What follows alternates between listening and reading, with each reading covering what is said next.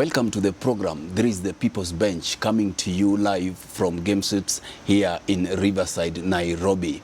Now, I am your host, Fred Ogweno, and we're gonna say it the way it is. An alligator has come from the lake and he's saying that Mr. Crocodile is sick.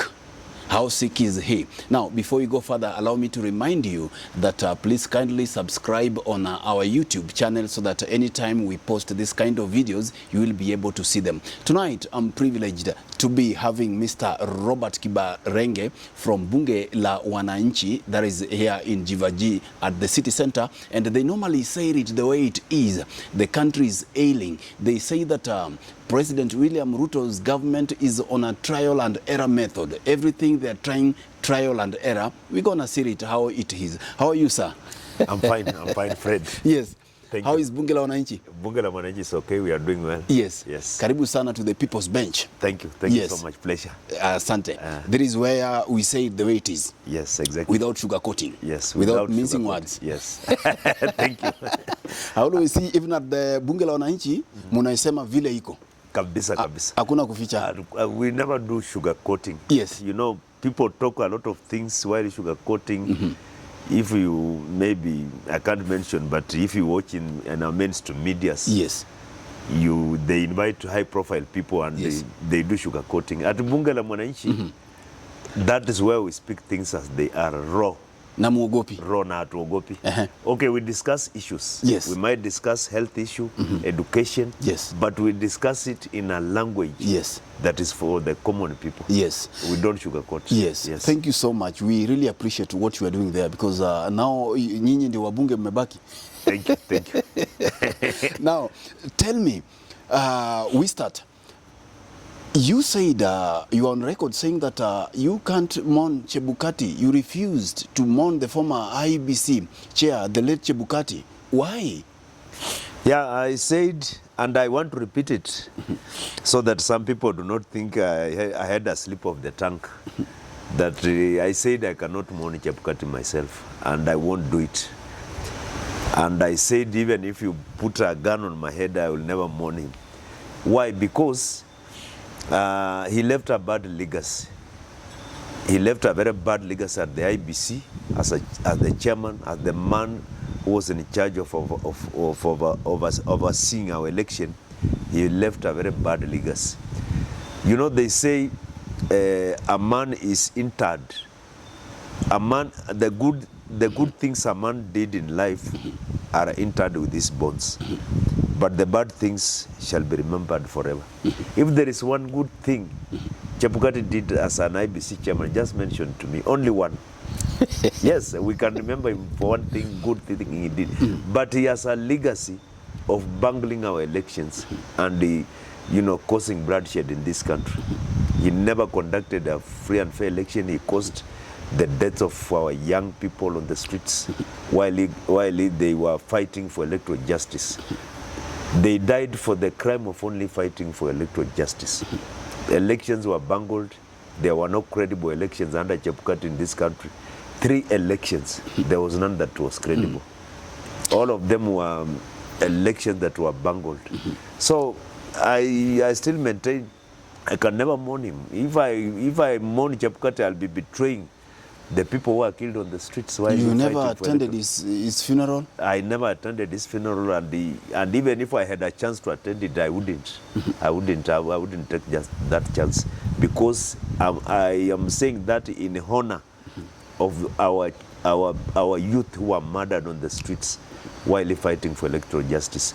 I remember in 2023 when we were demonstrating for electoral justice, over 70 youth were killed, brutally murdered on the streets by police.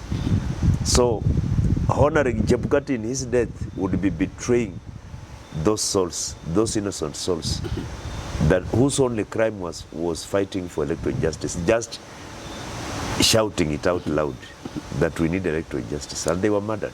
You would not say that his soul, may his soul rest in peace? And I can't even, only God, only God can do that. But myself, it is even my wish that he should not rest in peace. Come on. Yes, I'm very much unapologetic about that, by the way. Yeah. it is my wish that he should not even rest in peace. But I have no power to do that. It's only God who has that power. In Africa, they say that it is a taboo to discuss about a dead man, especially condemning him to death. You think that Kenyans will never forgive Chebukati?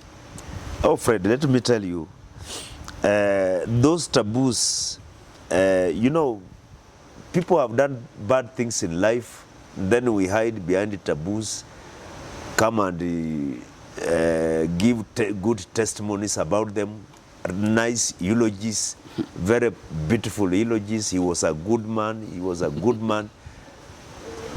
Time has come of age when we should say it in black and white that this man was not a good man in our society. This man did this and this and this. This is his legacy. He did not do good things in our society.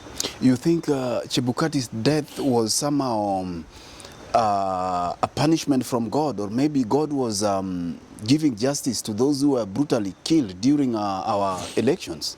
In fact, you know, when there was news that Chebukati had died, there was celebration countrywide.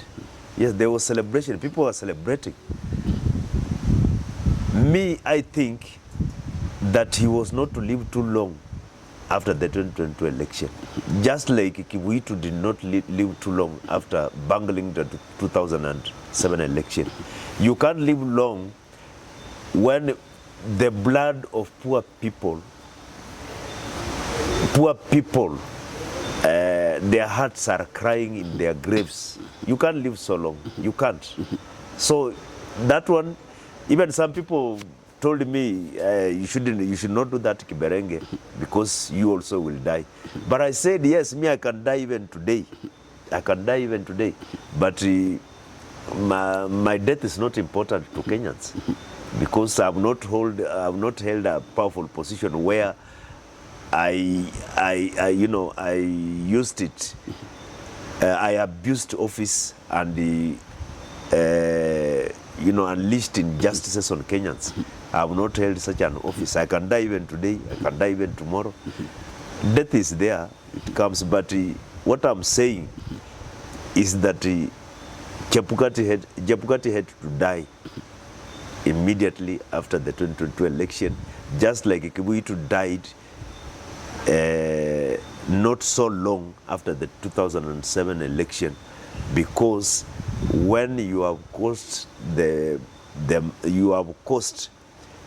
pouring of blood of innocent people, you do not live too long. Even those who have used you will not want you to live too long, because you are a living witness. Yes, you are a living witness. Those who have used you will not want you to live long. Yes. My brother, I have never seen a man so hated by Kenyans, even to the point of death, that when the news about Chebukati's death was broken, you know, that kind of jubilation, that kind of celebrations, that kind of Kenyans venting it and speaking their minds on social media. Yes. To an extent that has never been seen. Yes. I mean, what kind of a man was Chebukati? And remember, Fred, at the Chebukati's death came simultaneously at the same time with the death of Baringo Senator. Yes. And the death of Malava MP. You remember? Yes, I do. But why is it that Kenyans did not celebrate the death of Baringo Senator?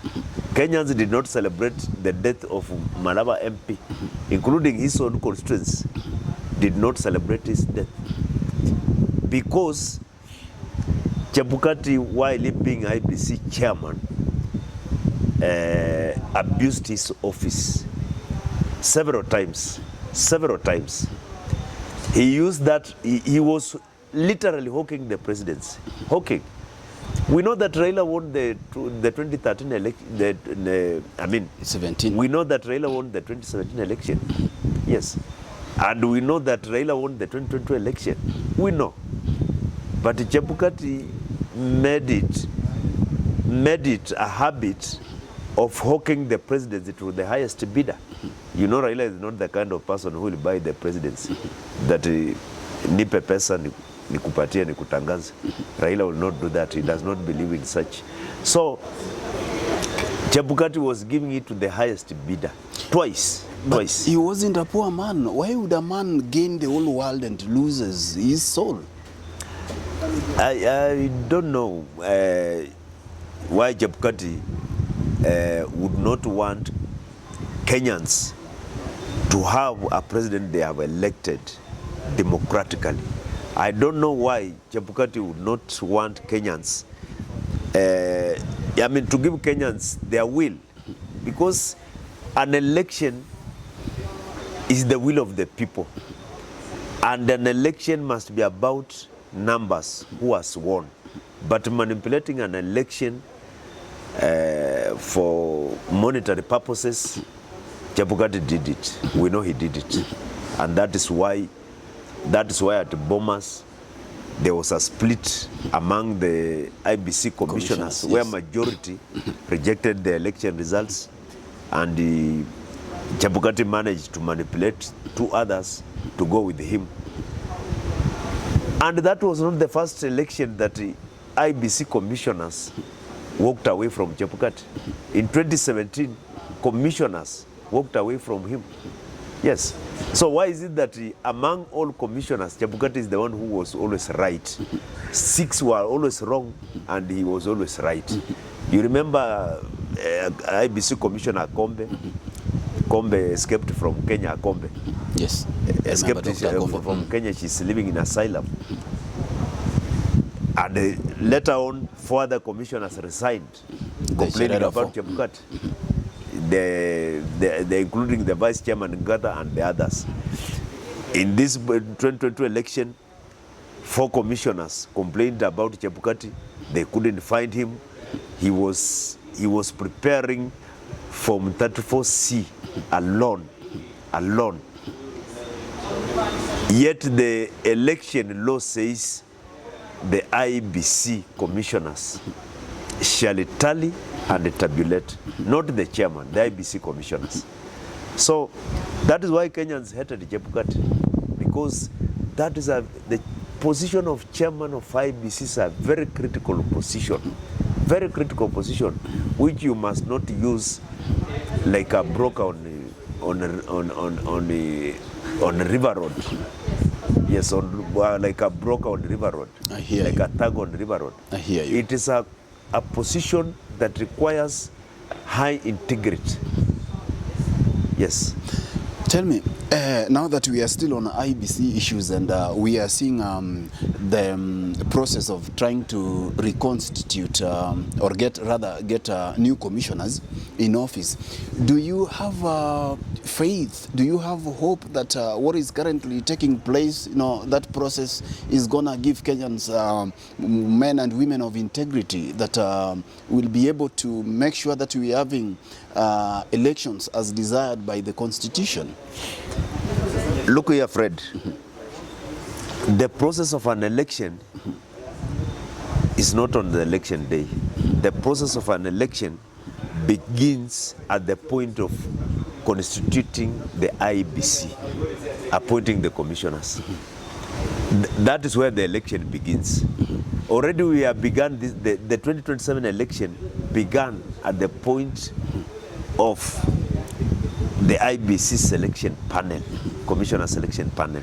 That is the day we began the election process of 2027.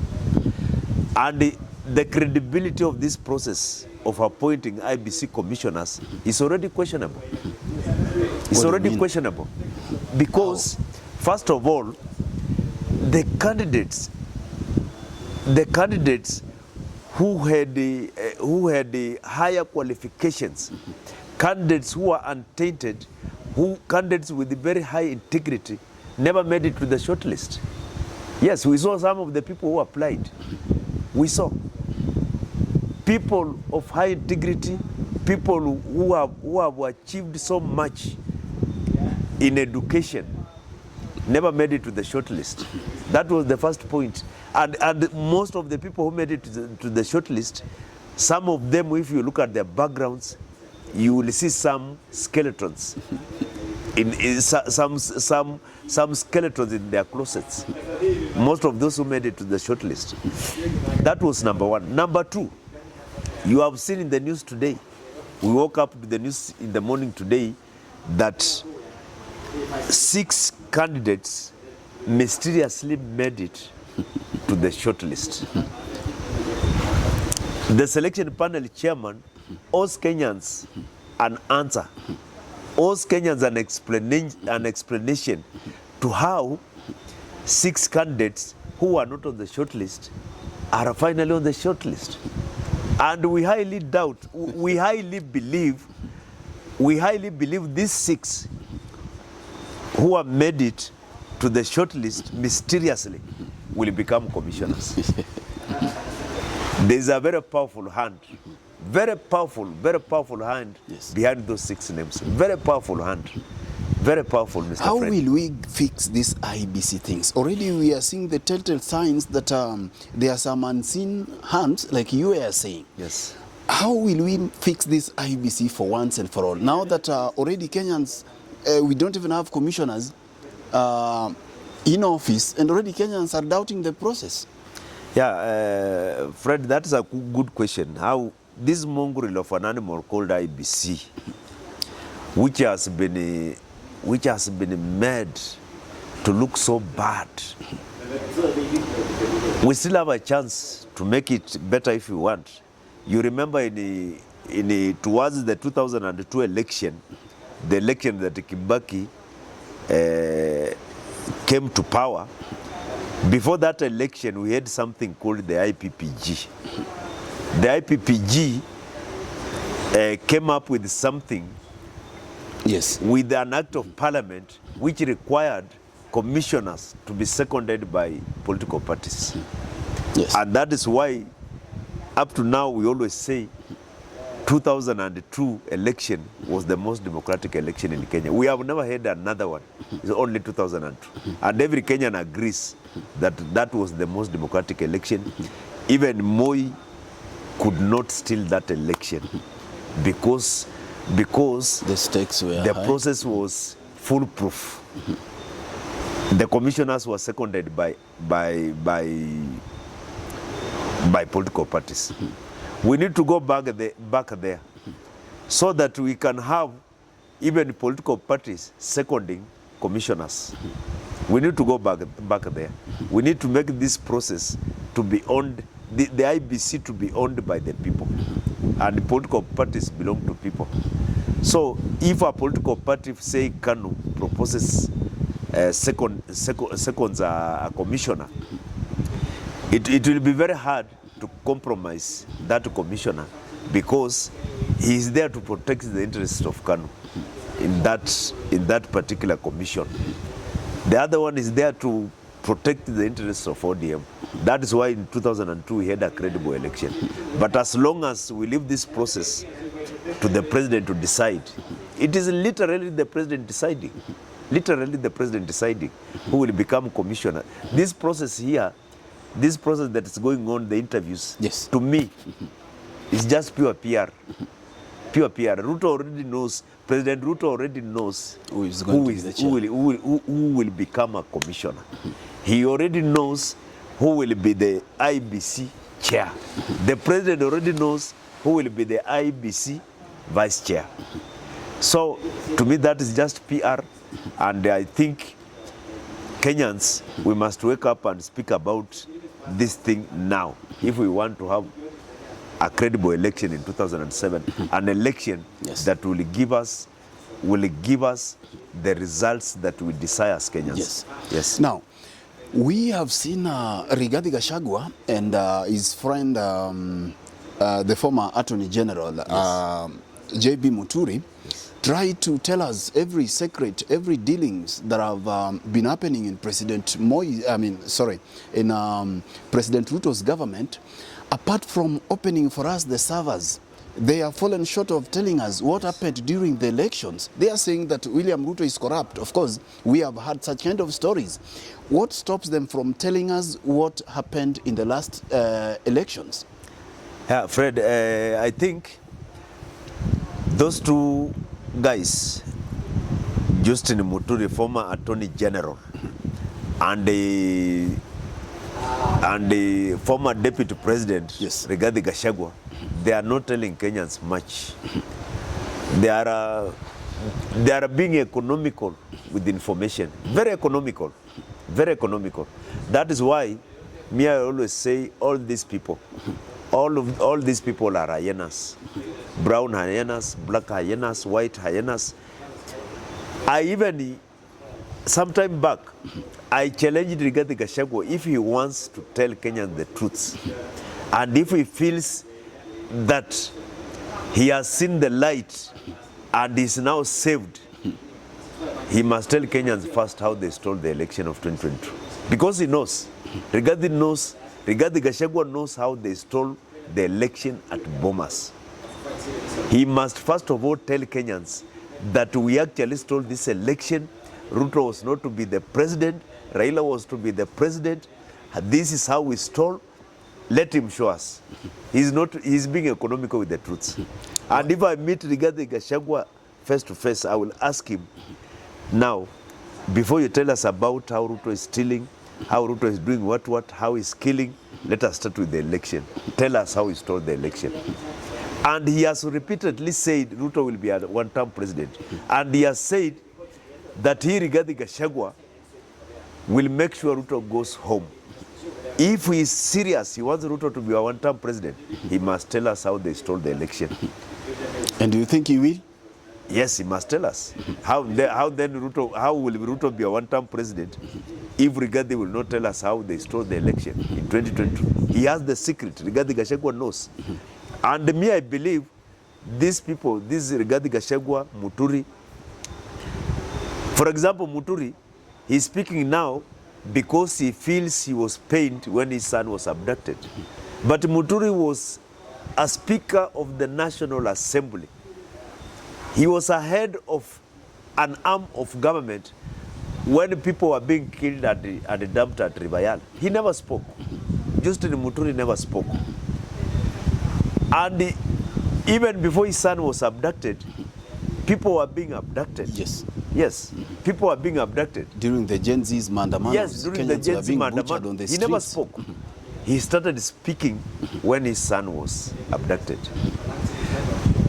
And Rigathi Gachagua, these things he is telling us, he would not have told us if he was still the deputy president. Come on. He would not have told us. We remember it was Rigathi Gachagua who was organizing for goons or whatever. Yes. To attack Raila's mandamano. We remember it was him who was waking up very early in the office. He would tell us how he's working very early in the office in order to deal with Raila. So today he feels that he's on the receiving side. Today he feels he's a victim. But we were there before him. We were there. So these people, they should change each other in this government. We don't trust all these people. We don't trust them.